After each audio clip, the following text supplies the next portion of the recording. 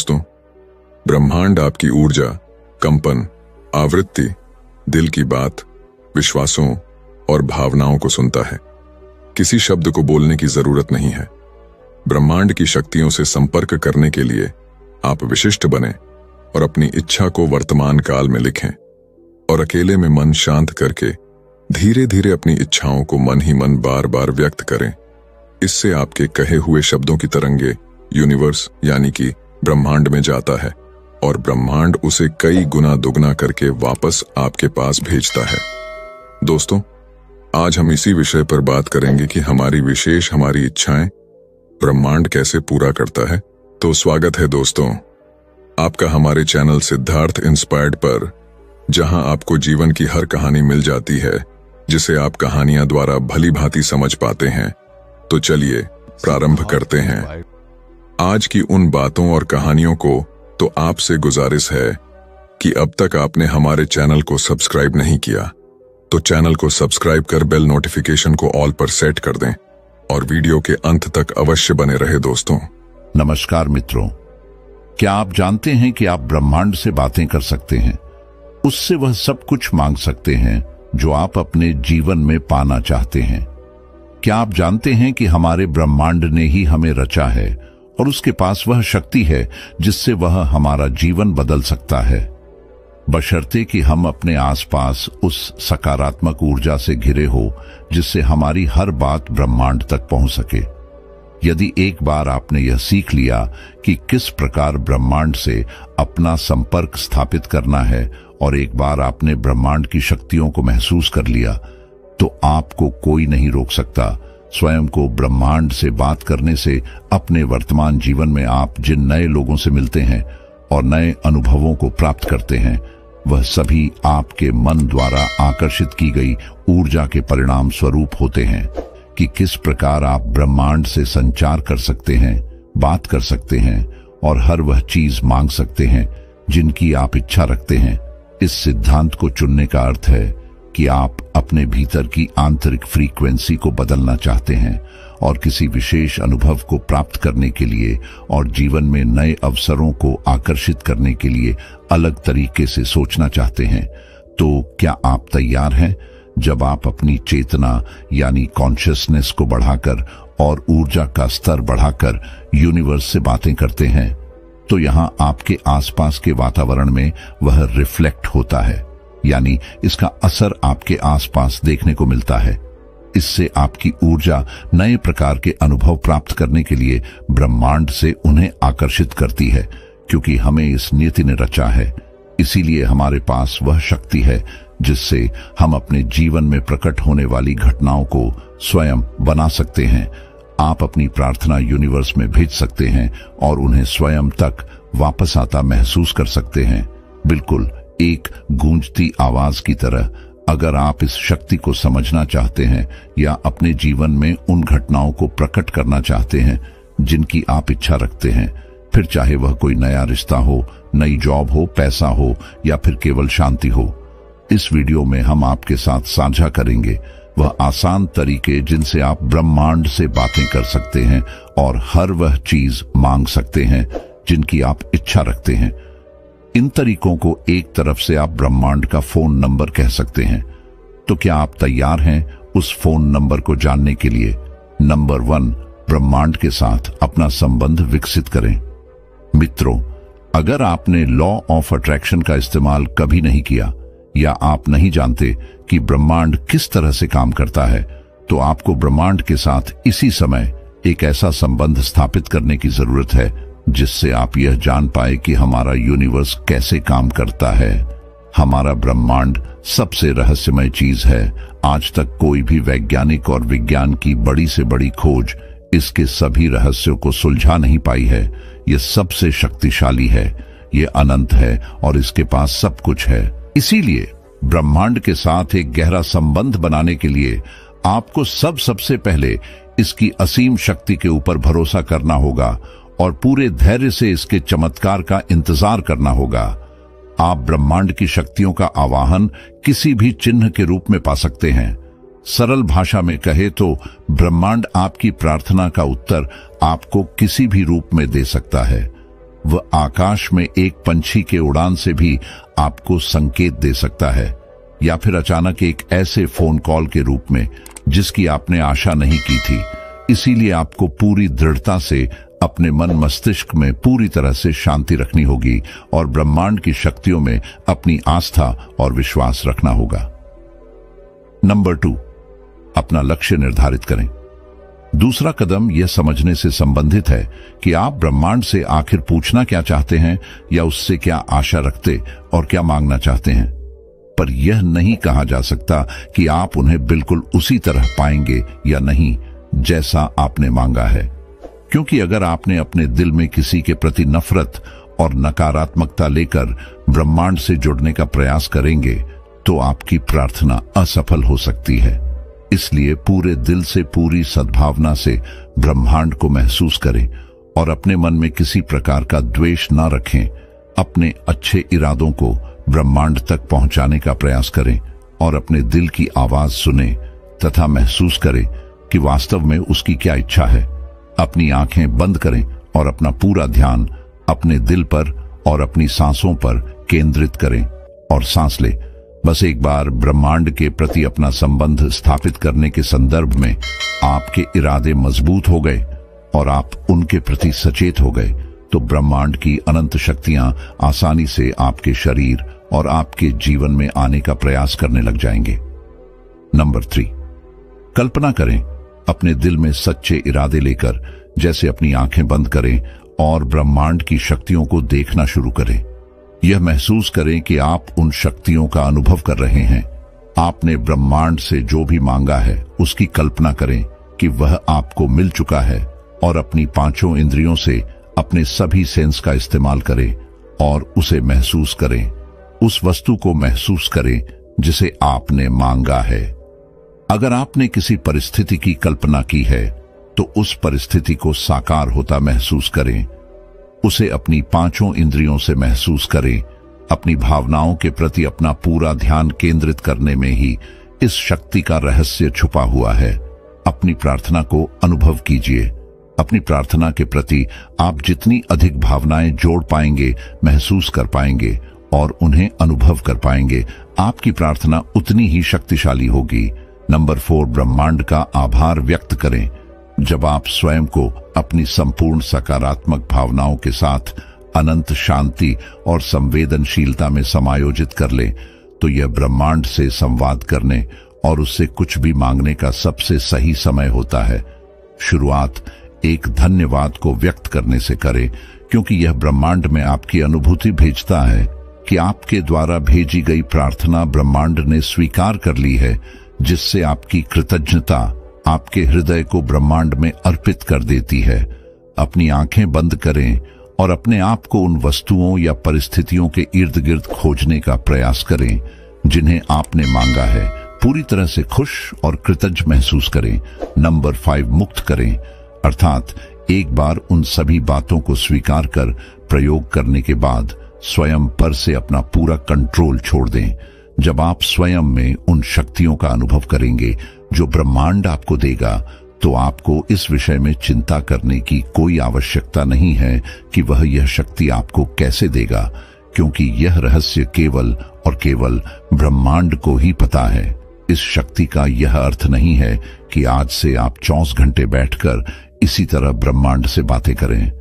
आपकी प्रार्थना एक साधारण सी वस्तु नहीं है जो ब्रह्मांड आपको किसी एक्सप्रेस कुरियर की तरह डिलीवर करेगा, लेकिन अब आपको अपना जीवन और अधिक सकारात्मकता और चेतना से जीना होगा। तभी आपकी प्रार्थना का उत्तर आपको किसी भी रूप में मिल सकता है। इसीलिए अपने आसपास हमेशा सजगता बनाए रखें और वहां होने वाले इत्तेफाक के बारे में जागरूक रहे। अपने वातावरण में होने वाली हर घटना, हर बदलाव की जानकारी रखें और ब्रह्मांड के सिग्नल को समझने की कोशिश करें और उसी के अनुसार काम करें। नंबर 6, ब्रह्मांड पर पूरा भरोसा रखें। आपने जो भी मांगा है वह आपको मिलेगा, लेकिन उस सही समय पर जो आपके लिए सही होगा, आपको विश्वास करना होगा कि आपने जो प्रार्थना भेजी है, आपने जो विश भेजी है, यह आपके पास वापस आएगी। लेकिन उचित समय पर एक बार आपकी प्रार्थना को जमा कर देने के बाद अब आपको उसके साकार होने की प्रक्रिया में विश्वास करना होगा। हर दिन अपने दिल में उस प्रार्थना के प्रति एक भावनात्मक संवेदना रखनी होगी। ब्रह्मांड से बात करने के लिए और अपनी इच्छाओं को अपने जीवन में प्रकट करने के लिए सबसे पहले आपको अपने उद्देश्य के प्रति स्पष्ट सोच रखनी होगी। ब्रह्मांड को मिले जुले सिग्नल ना दे, पूरे धैर्य से अपनी सांसों पर और अपने मन पर ध्यान केंद्रित करें और उस चीज पर जो आप ब्रह्मांड से चाहते हैं उसके प्रति हृदय में प्यार रखें, अपना दिल साफ रखें। अब जो चीज आपने ब्रह्मांड से मांगी है उसको अपनी पूरी भावना से महसूस करें, ब्रह्मांड का आभार व्यक्त करें। ब्रह्मांड तक अपनी प्रार्थना पहुंचाने के बाद उसे आपकी जीवन में साकार होने का इंतजार करें। अपने वातावरण में हो रहे हर बदलाव को महसूस करें और ब्रह्मांड के उत्तर को समझने की कोशिश करें। हमेशा ग्रहणशील बने रहे, वह आप ही हैं जो अपने सपनों को पूरा कर सकते हैं। आप अपने मस्तिष्क में जो कल्पना कर सकते हैं, एक दिन आप उन्हें जी सकते हैं। ब्रह्मांड आपकी बात सुनने के लिए हमेशा तैयार है। आपको आवश्यकता है तो केवल उस थोड़े से समय की जिसमें आप ब्रह्मांड से बात कर सकते हैं। यह आपको आध्यात्मिक रूप से ब्रह्मांड की अनंत शक्ति और रहस्यों से जोड़ देगा। आप स्वयं को एक ऐसी दुनिया में पाएंगे जहां आपके चारों तरफ केवल सकारात्मक ऊर्जा और शक्ति होगी। हम आशा करते हैं कि यह वीडियो आपको ब्रह्मांड से जोड़ने में सहायक होगा।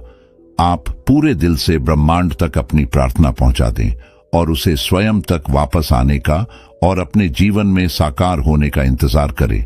समझे कि ब्रह्मांड आपसे क्या कहना चाहता है, उसमें विश्वास करें, हमेशा सकारात्मक सोचें और अपने आप में भरोसा रखें। यह प्रस्तुति आपको कैसी लगी कमेंट्स में जरूर बताएगा और अगर प्रस्तुति पसंद आया हो तो इस चैनल को सब्सक्राइब जरूर कीजिएगा। ब्रह्मांड से बातें करने के लिए आपको ढेर सारी शुभकामनाएं। धन्यवाद। दोस्तों, अब चलिए जान लेते हैं अपने इच्छाओं को ब्रह्मांड द्वारा अपने सबकॉन्शियस माइंड यानी कि अवचेतन मन की शक्ति द्वारा कैसे जोड़ सकते हैं, जिसकी मदद से हम वह सारी चीज को पा सकते हैं जिसकी आपने सपने में भी कल्पना नहीं की होगी। तो कहानी के अंत तक अवश्य बने रहे, वही आपको बताने जा रहे हैं। यकीन मानिए दर्शकों, आज का यह वीडियो सुनने के बाद आपको अपनी जिंदगी बहुत ही आसान लगने लग जाएगी, क्योंकि आप अपने अवचेतन मन की शक्ति को इस्तेमाल करना सीख जाओगे। कैसे अपने अवचेतन मन की शक्ति को इस्तेमाल करके बड़ी सफलता कम समय में हासिल करनी है, इस विषय पर आज एक प्रसिद्ध भिक्षु की कहानी मैं आपको सुनाऊंगा। तो चलिए कहानी की शुरुआत करते हैं। दोस्तों, हमारा जो चेतन मन होता है उससे करीब 9 गुना अधिक ताकतवर हमारा अचेतन मन होता है। अगर 1 गुना ताकत हमारे चेतन मन के पास है तो इसका अर्थ यह हुआ कि उससे 9 गुना अधिक ताकत हमारे अवचेतन मन के पास है, क्योंकि अवचेतन मन ही हमारे पूरे शरीर को नियंत्रित करता है। चेतन मन हमारे दिमाग का एक हिस्सा है जो हमारे विचारों और भावनाओं से प्रेरित होता है, और हमारा चेतन मन ही तर्क वितर्क करने में हमारी मदद करता है। लेकिन दूसरी तरफ हमारा अवचेतन मन यह तर्क वितर्क नहीं करता, यह उस जानकारी को ग्रहण कर लेता है जो इसे चेतन मन देता है। इसीलिए जैसा हम अपने अवचेतन मन में सोचते हैं वैसे ही हम बनते चले जाते हैं। क्या आपने कभी इन बातों पर विचार किया है कि कोई व्यक्ति दुखी क्यों है और वहीं पर दूसरा व्यक्ति इतना सुखी क्यों है? एक व्यक्ति सुख और समृद्धि से भरा हुआ है, वहीं पर दूसरा व्यक्ति इतना गरीब और दुखी क्यों है? एक व्यक्ति भयभीत और डरा हुआ है, जबकि दूसरा व्यक्ति आस्था और विश्वास से भरा हुआ है। एक व्यक्ति बड़े से महलों में रहता है, वहीं पर दूसरा व्यक्ति गरीब और टूटी फूटी झोपड़ी में रहता है।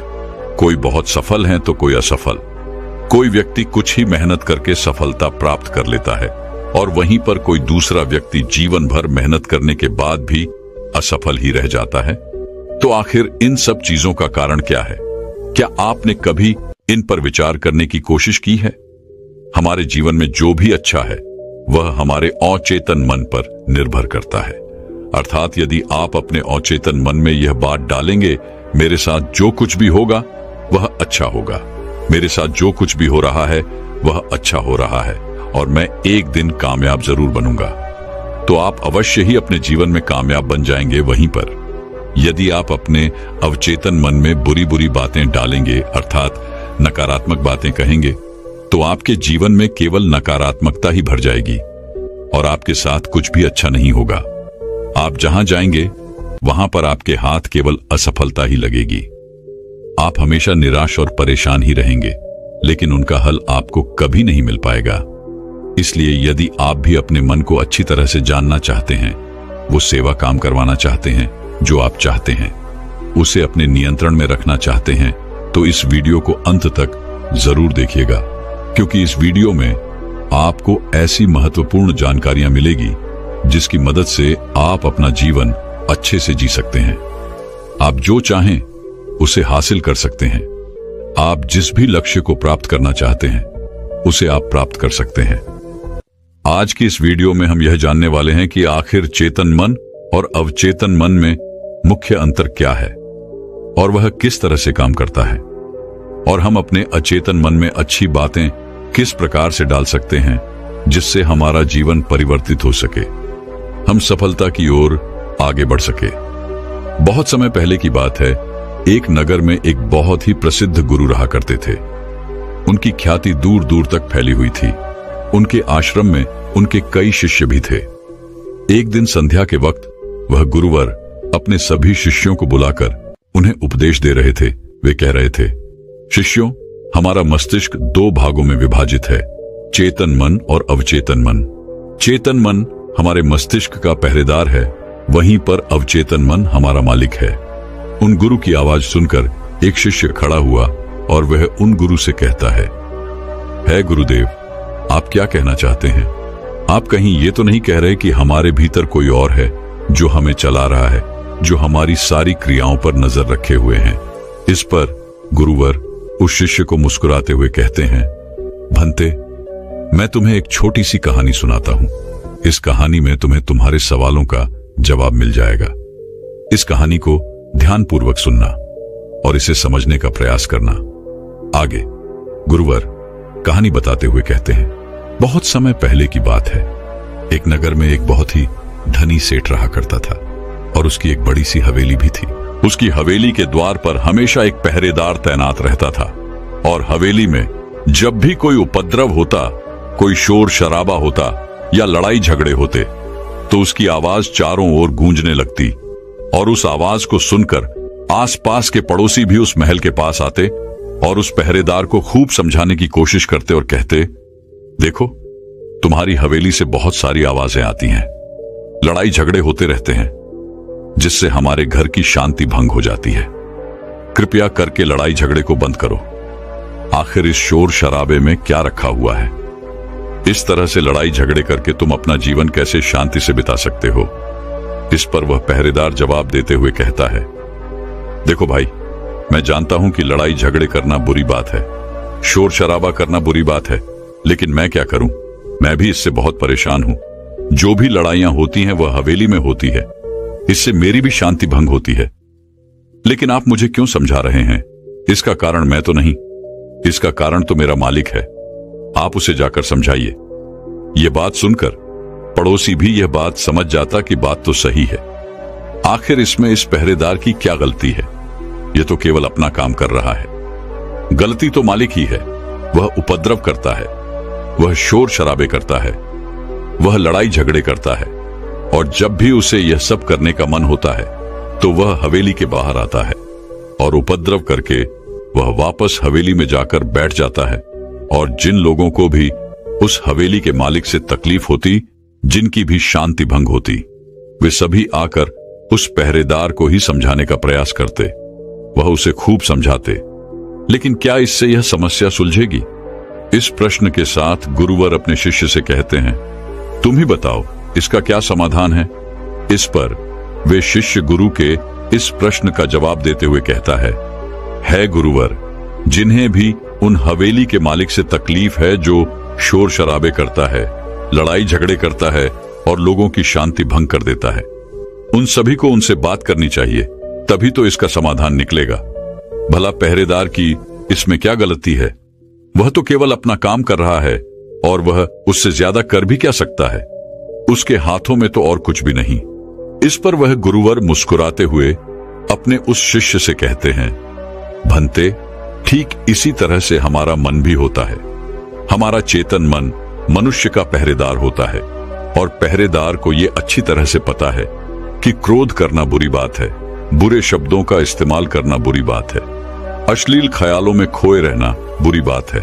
अर्थात हमारे चेतन मन को यह बात बहुत अच्छी तरह से पता है कि गुस्सा करना, आलस करना, काम वासना जैसे विचार गलत है। ये सभी विकार हमारे भीतर नकारात्मक विचार उत्पन्न करते हैं, जिससे हमारा विनाश होता है।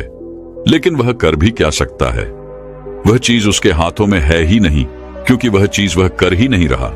ये तो वह अंदर बैठा मालिक कर रहा है, अर्थात हमारा अवचेतन मन, जो हमसे कोई भी कार्य बहुत ही आसानी से करवा लेता है। और ये सभी बातें हम में से हर सभी अच्छी तरह से जानते हैं और हमें ऐसा लगता भी है कि हम अच्छी तरह से समझ चुके हैं, जैसे कि वह पहरेदार समझता है।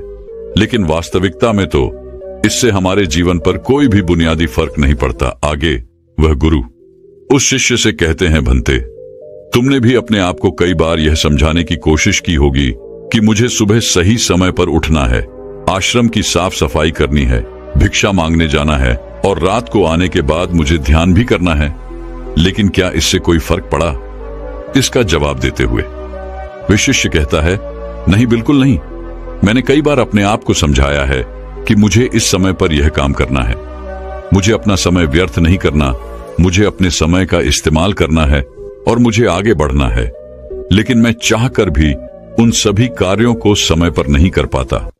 इस पर वह गुरुवर अपने उस शिष्य से कहते हैं, भंते, जब भी हम अपने आप को कुछ समझाने का प्रयास करते हैं तो हमें ऐसा लगता है कि अब हम समझ चुके हैं और अब हमसे कोई गलती नहीं होने वाली, और हम सोचते हैं कि अब हमारा जीवन बदल जाएगा, हम जो भी करेंगे अब वो सही होगा, अब तो हम जीवन में सफलता प्राप्त कर ही लेंगे। लेकिन दूसरे ही पल हम ये पाते हैं कि हमारे जीवन में कोई बुनियादी बदलाव आया ही नहीं, और ऐसा केवल हमारी नासमझी के कारण होता है। हम अपनी नासमझी के कारण अवचेतन मन की जगह पर अपने चेतन मन को समझाने का प्रयास करते हैं, अर्थात मालिक को छोड़कर हम पहरेदार से बात करते रहते हैं और उसे समझाने की कोशिश करते हैं। लेकिन तुम यह भूल जाते हो कि आखिर वह पहरेदार कर भी क्या सकता है? वह सब उसके हाथों में है ही नहीं। हमें तो अपने अवचेतन मन को समझाने की आवश्यकता है। हमारी बुद्धि, अर्थात वह पहरेदार जो यह समझ जाता है कि क्या सही है और क्या गलत, उसे कब क्या करना है, क्या नहीं करना। लेकिन ये सारी बातें केवल हमारे पहरेदार, अर्थात हमारे चेतन मन के सीमित रह जाती हैं। ये सारी बातें हवेली के उस मालिक, अर्थात हमारे अवचेतन मन तक तो पहुंच ही नहीं पाती, और यही कारण है कि हमारे जीवन में कभी कोई बुनियादी बदलाव हो ही नहीं पाता। ठीक उसी प्रकार जैसे कि यदि आपसे कोई कहता है कि पौधे में पानी डालोगे तो वह पौधा एक दिन बड़ा होगा और फिर उसमें फूल आएंगे, फल लगेंगे, और आप उस बात को मान लेते हैं और उस पौधे में पानी भी डालते हैं। लेकिन आप पौधे की पत्तियों पर पानी डालते हैं और सोचते हैं कि इसमें फल फूल आएंगे। लेकिन जरा एक बार के लिए यह सोचिए, अगर पत्तियों में पानी डालोगे तो उसमें फूल और फल कैसे आएंगे? हमें तो उस पौधे की जड़ में पानी डालने की आवश्यकता है। लेकिन हम में से अधिकांश लोग केवल पत्तियों पर ही पानी छिड़क कर अपने आप को बहुत भाग्यशाली समझने लगते हैं। लेकिन वे यह भूल जाते हैं कि जो पानी वह पत्तियों पर छिड़क रहे हैं, वह पानी पेड़ की गहराइयों में तो जा ही नहीं पा रहा। तो ऐसे में उस पौधे पर फल और फूल कैसे लगेंगी? ठीक इसी प्रकार हम भी अपने मन के साथ ऐसा ही करते हैं, और यही कारण है कि हम अपने जीवन में जो भी चाहते हैं वह हमें नहीं मिल पाता। हम अपने जीवन में फल और फूल चाहते हैं, लेकिन वह हमें नहीं मिल पाता। इस पर शिष्य उन गुरुवर से कहता है गुरुवर, तो फिर हमें क्या करना चाहिए? क्या ऐसा कोई उपाय है जिससे हम अपने चेतन मन की सारी बातें अपने अवचेतन मन तक पहुंचा सकें? ऐसी कोई प्रक्रिया है जिसमें हम अपने संदेश को अपने अवचेतन मन तक पहुंचा सके। इस पर वह गुरुवर शिष्य से कहते हैं, भंते, यदि तुमने अपने संदेश को अवचेतन मन तक पहुंचा दिया, तब तुम जो चाहोगे वो इच्छा प्राप्त कर सकते हो। तुम जैसा चाहो उस लक्ष्य को प्राप्त कर सकते हो, क्योंकि हमारा अवचेतन मन हमारे चेतन मन से 9 गुना अधिक शक्तिशाली होता है। आपने कभी ना कभी यह देखा ही होगा कि एक मनोवैज्ञानिक जब किसी के मन के गुप्त राज को जानने की कोशिश करता है, तब वह मनोवैज्ञानिक जब उसके मन की बात को बाहर निकलवाना चाहता है, उसके अतीत में जो भी घटना घटी है उसमें साफ साफ रूप से प्रवेश करना चाहता है, तो इसके लिए वह हिप्नोटिज्म का उपयोग करते हैं। और आप में से अधिकांश लोगों ने इस प्रक्रिया को देखा ही होगा। इस प्रक्रिया का प्रयोग करके मन की सारी सूचनाएं अपने आप ही बाहर निकलती हैं। इस प्रकार किसी के भी मन को काबू में करके हम उससे जो चाहे वो कार्य करवा सकते हैं। हाँ, अब आपके मन में यह भी प्रश्न उठ रहा होगा कि शायद वो सभी हमारे अवचेतन मन की चाल को समझते हैं, वह इसे अच्छी तरह से जानते हैं कि उसे किस तरह से अपने काबू में किया जाता है। तो इसका जवाब बड़ा ही सीधा और सरल है, और इसका जवाब है हाँ, क्योंकि उन्होंने इसके ऊपर कई बार प्रयोग किया होता है और वह इसमें इतने निपुण हो जाते हैं कि वह किसी भी दूसरे मन पर अपना काबू कर सकते हैं। और अगर आप भी अपने अवचेतन मन की बात को समझते हैं, अपने मन की चाल को समझते हैं, तो आप भी अपने ही नहीं बल्कि किसी दूसरे के मन को भी वश में कर सकते हैं। आगे गुरुवर अपने उस शिष्य से कहते हैं, भंते, अपने अचेतन मन तक संदेश पहुंचाने के लिए आपको अपने चेतन मन को शांत करना होगा, उसे सुलाना होगा। और ऐसा इसलिए क्योंकि हमारा चेतन मन तर्क वितर्क करने में माहिर है। वो एक पहरेदार है, वो हमारी रक्षा के लिए हमेशा तैनात रहता है। इसलिए जब भी तुम अपना कोई संदेश उस चेतन मन तक पहुंचाने की कोशिश करोगे, तो वह तुमसे तर्क वितर्क जरूर करेगा और हमें अपनी बात अपने मालिक तक पहुंचाने की हमें इजाजत तक नहीं देगा। जब तक कि हम अपनी बात अपने चेतन मन को अच्छी तरह से समझा नहीं देते या उसे शांत नहीं कर देते, तब तक वह हमें उस हवेली में घुसने नहीं देगा, क्योंकि हमारी सामान्य बुद्धि अर्थात हमारा चेतन मन तर्क वितर्क करने में माहिर होता है। और यही कारण है कि हम में से अधिकांश लोग अपने अचेतन मन तक एक साफ और स्पष्ट संदेश पहुंचा ही नहीं पाते, और इसी कारण हम अपने अचेतन मन को भी अच्छी तरह से समझ नहीं पाते। और हमारा अचेतन मन तर्क वितर्क नहीं करता, उसे तो केवल साफ और स्पष्ट संदेश चाहिए जिस पर वह कार्य कर सके। और उस तक हम साफ और स्पष्ट संदेश तभी पहुंचा सकते हैं जब हमारा मन पूरी तरह से शांत रहेगा, जब हमारे मन में और कोई विचार नहीं होंगे। और यही कारण है कि जब एक मनोवैज्ञानिक किसी के मन पर प्रयोग करता है, उसके मन को काबू करने की कोशिश करता है, उससे मनचाही बात निकलवाने की कोशिश करता है, तो सबसे पहले वह उसके चेतन मन को ही सुनाता है। आपने कहीं ना कहीं ये तो देखा ही होगा कि उनके सामने एक पेंडुलम जैसी चीज उनकी आंखों के सामने रख दी जाती है और उसे घुमाया जाता है, जिसे लगातार देखने के बाद वो व्यक्ति पूरी तरह से निद्रा में चला जाता है। और इस कारण उसका चेतन मन पूरी तरह से शांत हो जाता है। और जब उसका पहरेदार पूरी तरह से सो जाता है और उसके पास तर्क वितर्क करने के लिए कोई नहीं बचता, तब वह वैज्ञानिक आसानी से उस हवेली में जाता है और उस मालिक से जी भर के बातें करता है। जो बातें वह चाहता है वह बातें वह उससे निकलवा देता है। तिब्बत के एक महान दार्शनिक ने कहा था कि अगर बात समझ में आ जाए तो आपका जीवन परिवर्तित हो जाता है। लेकिन उन्होंने वह बात उस समय के लोगों के लिए कही थी, क्योंकि उस समय तिब्बत और बाकी दुनिया के लोग बहुत सरल हुआ करते थे। उनका मन बहुत साफ हुआ करता था और उनको जो भी बातें बताई जाती थी वह उन बातों को बड़ी शांतिपूर्वक सुनते और समझते थे। उस समय कोई भी तर्क वितर्क नहीं करता था, और जब कोई व्यक्ति तर्क वितर्क करने में माहिर होता था तो वह उसे तर्क वितर्क करने देते और शांति से केवल उसकी बातें सुनते। जब तक कि व्यक्ति तर्क वितर्क करके थक न जाए तो वह गुरु के पास वापस आता है और उनसे कहता है गुरुवर, मैं अब तर्क वितर्क करके थक चुका हूं, लेकिन उससे मुझे कुछ भी हासिल नहीं हुआ। कृपया करके अपना कोई मार्ग बताइए। आप मुझे अपने तरीके से समझाए, अब मैं उसमें कोई भी अवरोध उत्पन्न नहीं करूंगा। ठीक इसी प्रकार से हमारी बुद्धि भी काम करती है। जब हमारा मस्तिष्क तर्क वितर्क करके थक जाता है तब उसे इस बात का एहसास होता है कि तर्क वितर्क करके उसे कुछ भी हासिल नहीं होने वाला, और उस समय तक उसे कुछ भी समझ में नहीं आएगा। दोस्तों, महात्मा बुद्ध अपनी बातों को 3 बार दोहराया करते थे, और यदि कोई बात आपसे 3 बार कही जाए तो क्या आप उस बात को सुन पाएंगे?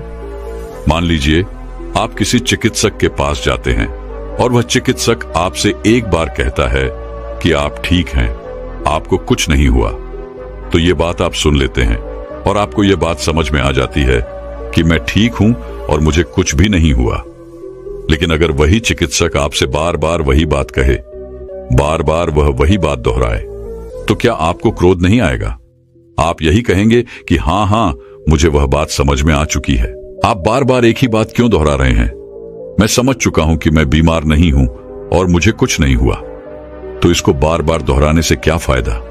लेकिन वास्तविकता तो यह है कि जब हम किसी बात को बार बार दोहराते हैं तो उससे हमारा चेतन मन ऊब जाता है, और बार बार उस बात को सुनने से हमारा चेतन मन उस बात पर ध्यान नहीं देता। और यही वह वक्त होता है जब हमारी बात हमारे अवचेतन मन तक पहुंचती है।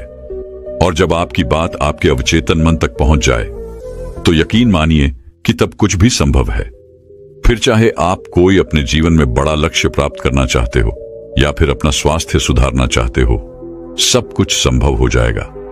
दोस्तों, आपने कभी ना कभी यह किस्सा तो सुना ही होगा।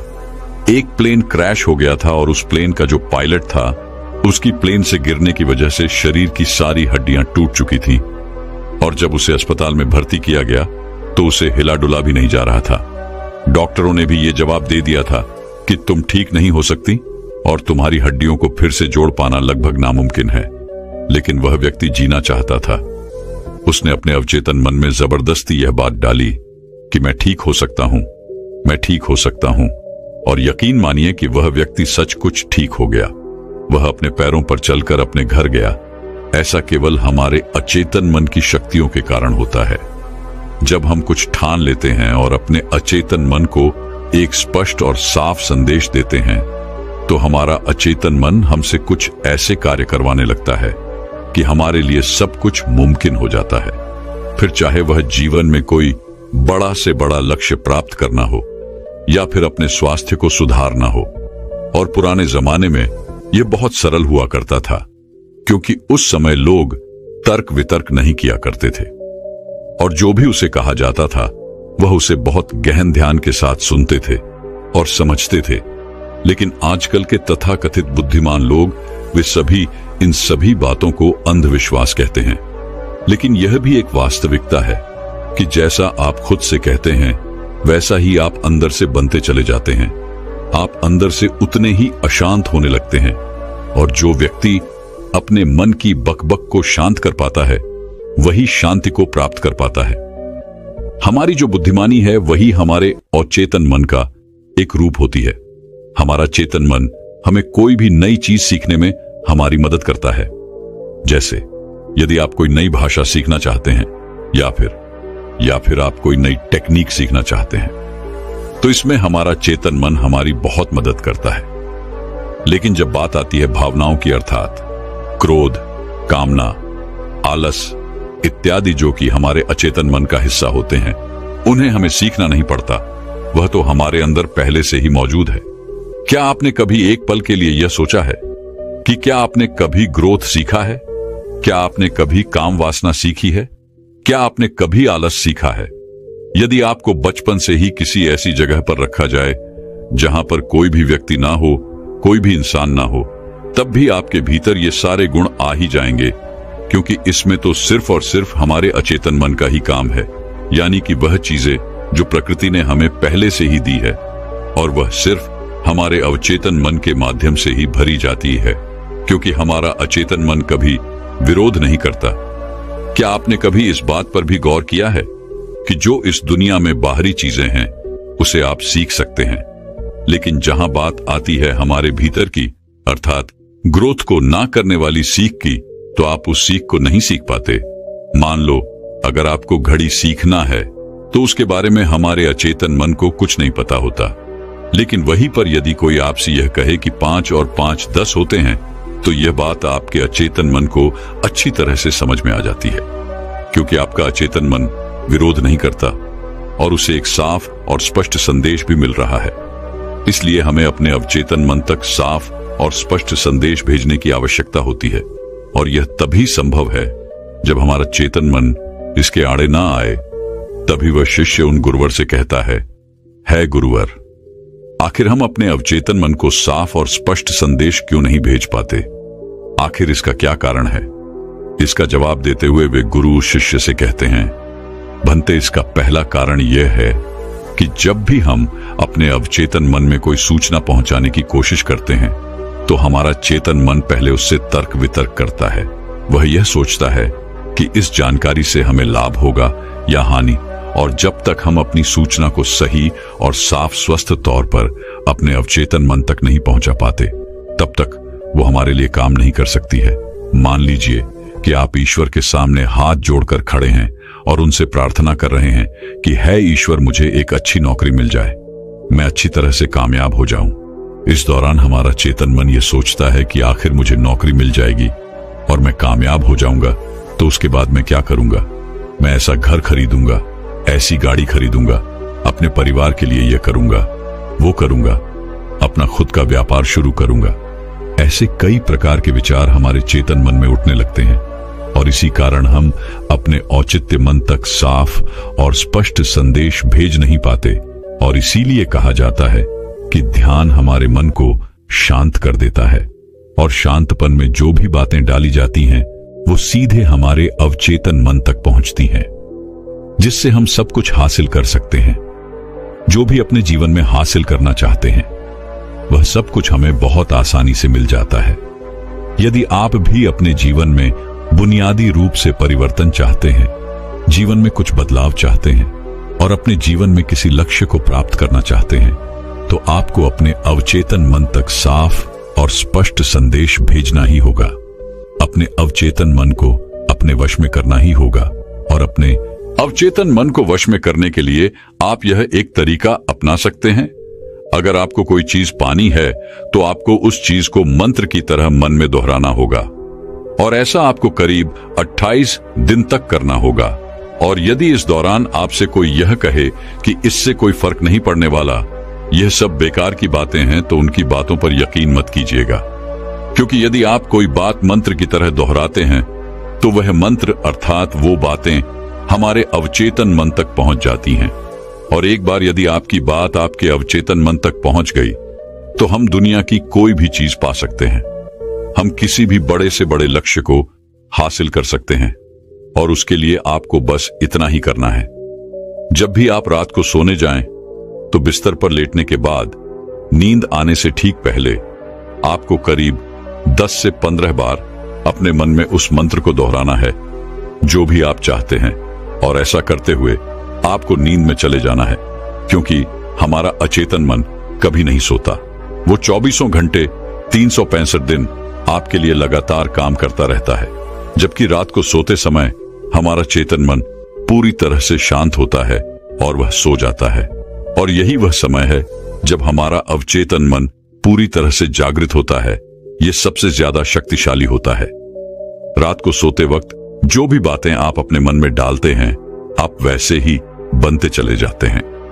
कभी आपने इस बात पर गौर किया है कि जब भी आप रात को सोते वक्त कोई नकारात्मक बात या नकारात्मक जानकारी लेते हैं तो सुबह उठते ही आपको नकारात्मक विचार आते हैं, और वहीं पर यदि आप रात को सोते वक्त सकारात्मक जानकारी या सकारात्मक बातें करते हैं तो अगले दिन सुबह आप बहुत ज्यादा ताकतवर महसूस करते हैं। आपका दिन पहले से ज्यादा अच्छा लगने लगता है, आप अच्छा महसूस कर पाते हैं। इसलिए रात को सोते वक्त कभी भी अपने आप से नकारात्मक बातें ना करें।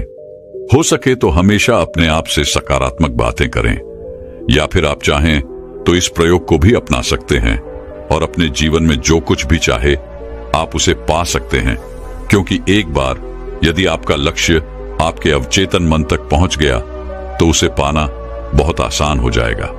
फिर वह चाहे कितना भी बड़ा क्यों ना हो, वह चाहे कितना भी कठिन क्यों ना हो, आप उसे हासिल कर ही लेंगे, आप उसमें कामयाबी पा ही लेंगे। इतना कहकर वह गुरुवर शांत हो गए, और वे शिष्य भी यह समझ चुका था कि आखिर हमारे चेतन मन और अवचेतन मन में क्या अंतर होता है और किस प्रकार हम अपने लक्ष्य को प्राप्त कर सकते हैं। तो दर्शकों, चलिए अब सफलता पाने के ऊपर अगली रोचक कहानी की शुरुआत करते हैं। दोस्तों, जब हम सफलता के बारे में बात करते हैं तो हर किसी की अपनी परिभाषा होती है कि इसका क्या मतलब है। यह सिर्फ अमीर, मशहूर या वित्तीय स्थिरता हासिल करने के बारे में नहीं है। यह एक ऐसा जीवन जीने के बारे में है जो आपको सही लगता है, वही आपको बताने जा रहे हैं। दोस्तों, जब हम यह सोचते हैं कि जो हुआ वह अच्छा नहीं हुआ, ऐसा नहीं होना चाहिए था, यदि मैं कोई तरकीब या कोई उपाय अपना लेता तो ऐसा नहीं होता, यदि मैंने किसी से सलाह ही ले ली होती या फिर खुद की सूझबूझ का इस्तेमाल किया होता तो आज मुझे यह परेशानियां नहीं उठानी पड़ती, मैं आज इस तरह से तकलीफों में नहीं रहता। इस प्रकार हम खुद को कोसने लगते हैं, खुद को दुखी करने लगते हैं। मैं आपको बता दूं कि इस तरह का पश्चाताप करने से आपको कोई लाभ नहीं होने वाला। आप चाहे कितने भी हाथ पैर मार लें, चाहे आप लाखों कोशिशें कर लें, लेकिन आप अपने अतीत को बदल नहीं सकते, क्योंकि इस तरह के विचार केवल चिंता पैदा करते हैं। लेकिन यही चिंता अर्थात यही पश्चाताप हमारे लिए बहुत लाभदायक भी साबित हो सकता है। अब आप में से कई लोग यह सोच रहे होंगे कि भला जो बीत गया, यदि हम उस पर सोच विचार कर रहे हैं तो यह हमारे लिए कैसे लाभदायक हो सकता है। हम तो पहले ही मुसीबत में हैं, हम तो पहले से ही तकलीफ में हैं, तो ऐसे में यह हमारे लिए कैसे फायदेमंद हो सकता है। दोस्तों, अगर आप उन गलतियों से सीख लेकर खुद को बदलने का प्रयास करें तो आप अपना आने वाला भविष्य खुद ही बदल सकते हैं, उसे संभाल सकते हैं। अगर अतीत की गलतियों से सीख लेकर खुद को बदलने का प्रयास किया जाए तो सही मायने में वही पश्चाताप कम होता है। आज की जो बौद्ध कहानी मैं आपको सुनाने जा रहा हूं, इस कहानी के माध्यम से मैं आपको कुछ ऐसे तरीके बताने वाला हूं जिन तरीकों को अपनाकर आप अपने जीवन में इस प्रकार के पश्चाताप से बच सकते हैं। आप अपनी अतीत की गलतियों को भुलाकर आप अपने आप को वे एक नया इंसान बन सकते हैं जो लोग खुद पर संदेह करते हैं, जो अपने ही विचारों में उलझे रहते हैं, जिन्हें उनकी अतीत की गलतियां परेशान करती रहती हैं। उनके लिए यह एक वरदान साबित हो सकता है। एक समय की बात है, एक नगर में एक युवक रहता था जो अपने कर्मों से बहुत परेशान था। उसने 30 साल कड़ी मेहनत की, लेकिन उसके बाद भी उसे अपने कर्मों का फल नहीं मिला, जिस कारण वह अंदर से बहुत निराश हो चुका था। वह अंदर से पूरी तरह से टूट चुका था, जिस कारण उसने संन्यास ग्रहण कर लिया। उसने सोचा कि मैं अपने संसारी जीवन में तो कुछ न कर सका, लेकिन मैं अपने सन्यासी जीवन में अवश्य कुछ न कुछ प्राप्त करके ही रहूंगा। मैं सत्य की खोज किसी भी कीमत पर करके ही रहूंगा। देखते ही देखते करीब 5 वर्ष बीत गए, लेकिन अब तक उसका अपने मन पर कोई नियंत्रण नहीं था। जब भी वह भिक्षा मांगने किसी नगर में जाता और वहां पर यदि उसकी नजर किसी सुंदर स्त्री पर पड़ जाती तो उसके मन में कामुक विचार उठने लगते थे, और जब भी वह शांत होता और अकेले कहीं पर बैठता तो उसे खुद पर क्रोध आता, उसे खुद पर पश्चाताप होता, और तब वह यह सोचता कि आखिर मैं सन्यासी क्यों बन गया जब मैं अपने मन पर नियंत्रण ही नहीं पा सकता। तो मेरे इस सन्यासी जीवन का क्या फायदा? इससे तो अच्छा होता कि मैं किसी अच्छी और सुंदर स्त्री से विवाह कर लेता, पैसे कमाता और अपना घर परिवार संभालता। हो सकता था कि मेरे अपने बच्चे भी होते, लेकिन मैं भी कितना बेवकूफ हूं। मैंने अपने सारे सुख त्याग दिए और ना जाने क्यों मैं इन जंगलों में आ गया, ना जाने क्यों मैंने संन्यास ग्रहण कर लिया। इसी प्रकार के कई सारे विचार उसके मन में उठने लगे थे, और इन्हीं विचारों के कारण उसके मन में नकारात्मकता पैदा होने लगी थी, जिस कारण वह छोटी छोटी बातों पर क्रोधित हो जाता। वह अपने आप को कोसने लगता। जब भी वह किसी सफल सन्यासी को देखता तो उसके मन में जलन पैदा होने लगती, और वह उन्हें नीचा दिखाने के लिए हर मुमकिन प्रयास भी करता। इसी प्रकार के कई तरह तरह के विचार उसे परेशान करने लगे थे, और अब वह और भी ज्यादा चिंतित रहने लगा था। उसने खाना पीना पूरी तरह से छोड़ दिया था। एक दिन रात्रि के वक्त वह आश्रम के बाहर बैठकर रो रहा था, और रोते रोते उसने यह तय किया कि वह अपना जीवन समाप्त कर देगा। यह सोचकर वह आश्रम से निकल पड़ा और एक पहाड़ की चोटी पर जाकर खड़ा हो गया। रोते रोते वह यह सोच रहा था कि मैं चाहकर भी अब अपनी पुरानी जिंदगी में वापस नहीं लौट सकता, क्योंकि मैंने सबके सामने संन्यास ग्रहण किया है और एक बार संन्यास ग्रहण करने के बाद इंसान का घर परिवार सब कुछ छूट जाता है। ऐसा सोचता हुआ वह उस पहाड़ से नीचे की ओर देख रहा था। उसकी आंखों से आंसू बह रहे थे, लेकिन अब भी उसके मन में तरह तरह के विचार उत्पन्न हो रहे थे।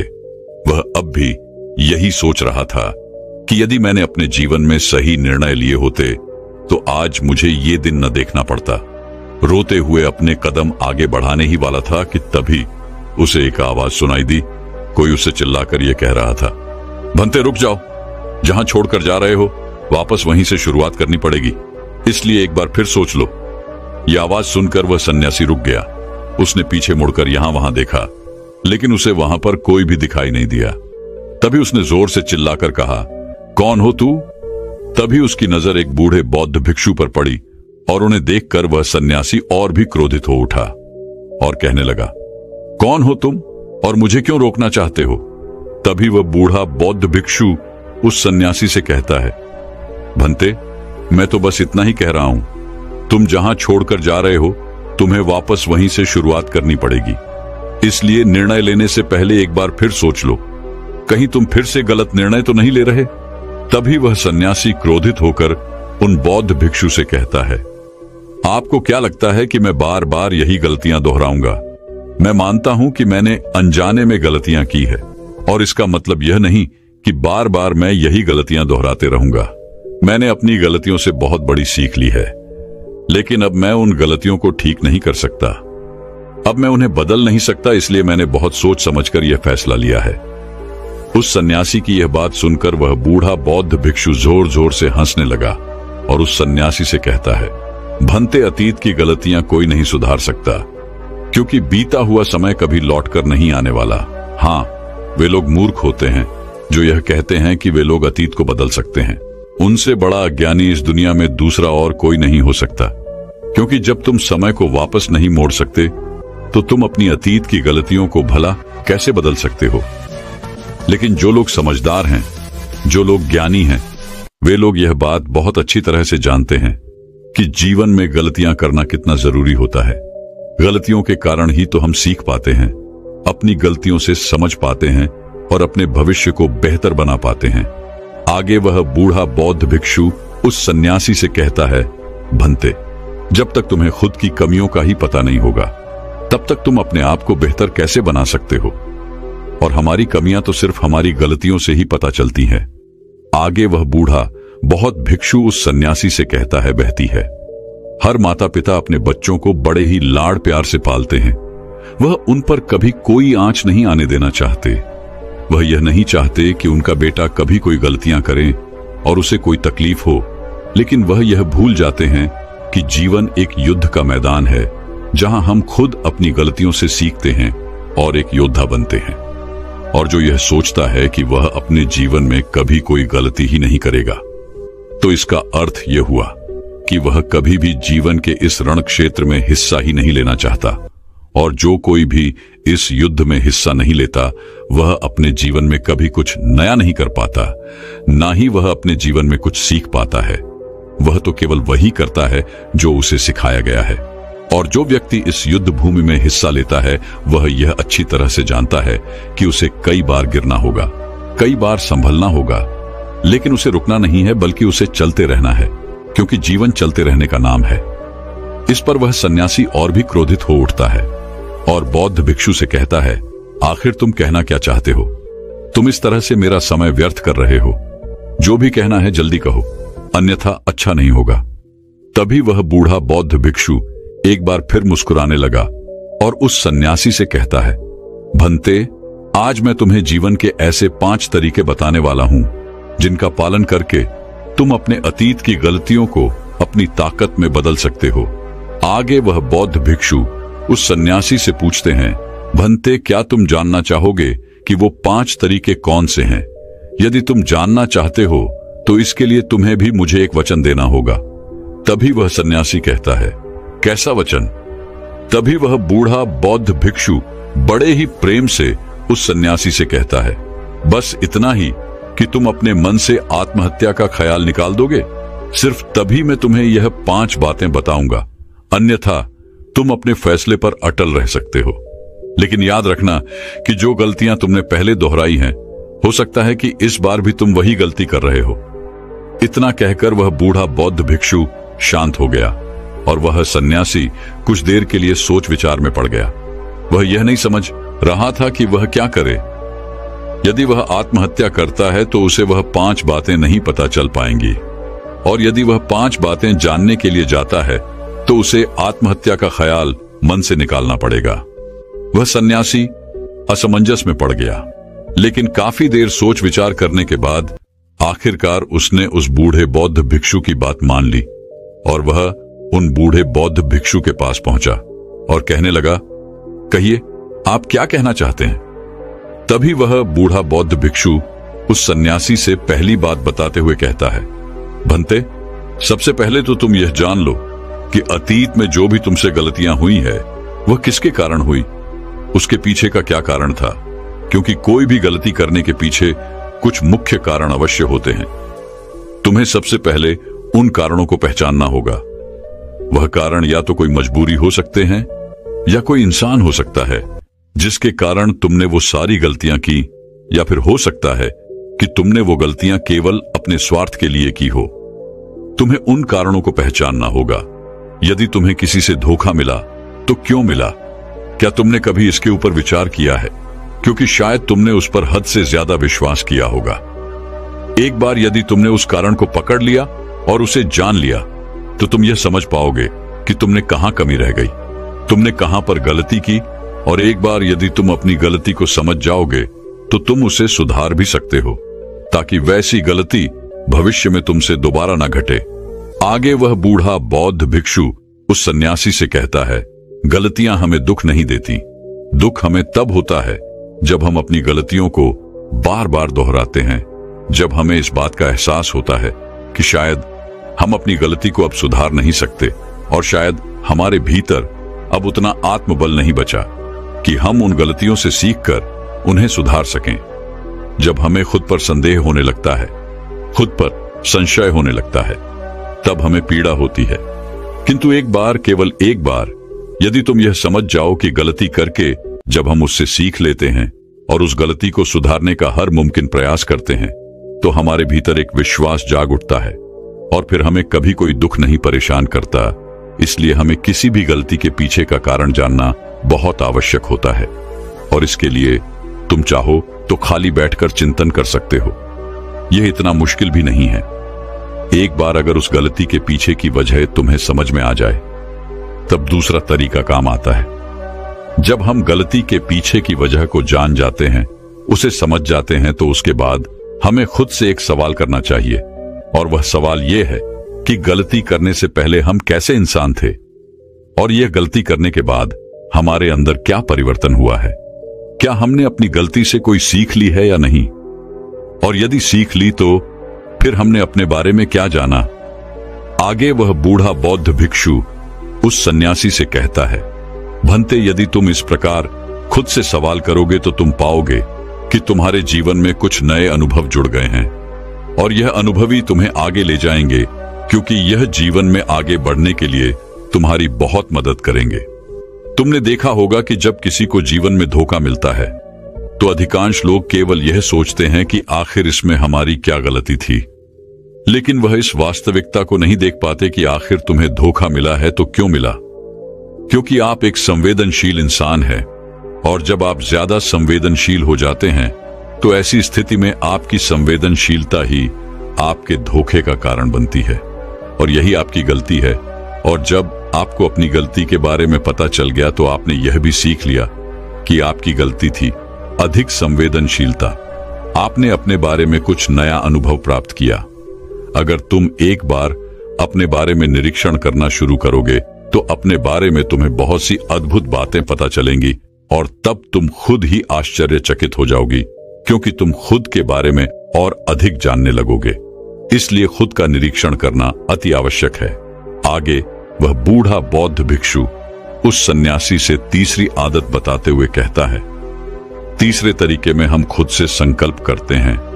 हम यह दृढ़ संकल्प बना लेते हैं कि हम भविष्य में दोबारा यह गलती नहीं दोहराने वाले। हाँ, हमसे कुछ नई गलतियां आवश्यक होंगी, लेकिन ये गलतियां हम जीवन में कभी नहीं दोहराएंगे। आगे वो बूढ़ा बहुत बिच्छू पोष सन्यासी से कहता है, बनते, इस संसार में 3 प्रकार के लोग होते हैं। एक वो जो दूसरों की गलतियों से सीखते हैं, दूसरे वो जो खुद की गलतियों से सीखते हैं, और तीसरे वो जो गलतियां करते ही रहते हैं लेकिन कभी अपनी गलतियों से सीख नहीं पाते। तुमने भिन्न भिन्न प्रकार की नदियों को तो देखा ही होगा। नदियों का अर्थ तभी निकलता है जब वो अलग अलग जगह से होकर गुजरती है। अगर वही नदी एक जगह पर ठहर जाए तो क्या वह नदी कहलाएगी? इसी प्रकार एक इंसान का जीवन भी नई नई गलतियां करने के लिए बना है। इसलिए एक बार जो तुमने गलती कर दी, उसके लिए दृढ़ संकल्पित हो जाओ कि तुम जीवन में वो गलतियां कभी नहीं दोहराओगे। हाँ, हो सकता है कि तुमसे कोई नई गलतियां हो, लेकिन यदि तुम बार बार वही गलतियां दोहराते हो तो तुम मूर्ख हो। ऐसी अवस्था में तुम में और किसी जानवर में कोई फर्क नहीं रह जाएगा। आगे वह बहुत भिक्षु उस सन्यासी को चौथा तरीका बताते हुए कहते हैं, भंते, कई बार तो हमें पहले से ही अपनी गलतियों के होने का एहसास हो जाता है। गलतियां होने से पहले ही हमें उसका आभास हो जाता है कि हमसे गलतियां होने वाली हैं। इसलिए अगर गलती होने से पहले आपको एहसास हो रहा है तो आप बहुत खुशकिस्मत है और आप उस गलती को होने से रोक सकते हैं। आपने कभी ना कभी इन संकेतों को महसूस किया होगा, क्योंकि यह ब्रह्मांड हमें संकेत देता है। लेकिन फिर भी हम में से अधिकांश लोग इन बातों को नजरअंदाज कर देते हैं, जिसका परिणाम हमें बाद में भविष्य में भोगना पड़ता है। लेकिन जैसे जैसे आप अपने इन अतीत की गलतियों से सीखने लगते हैं तो आपका अनुभव बढ़ने लगता है, जीवन के बारे में समझ पैदा होने लगती है, और जब हमारी समझ बढ़ने लगती है तो गलतियों को होने से रोका भी जा सकता है। इसलिए बुद्धिमानी का इस्तेमाल करें, चिंतन करिए कि आप जो भी काम करने जा रहे हैं आखिर उसका परिणाम क्या हो सकता है।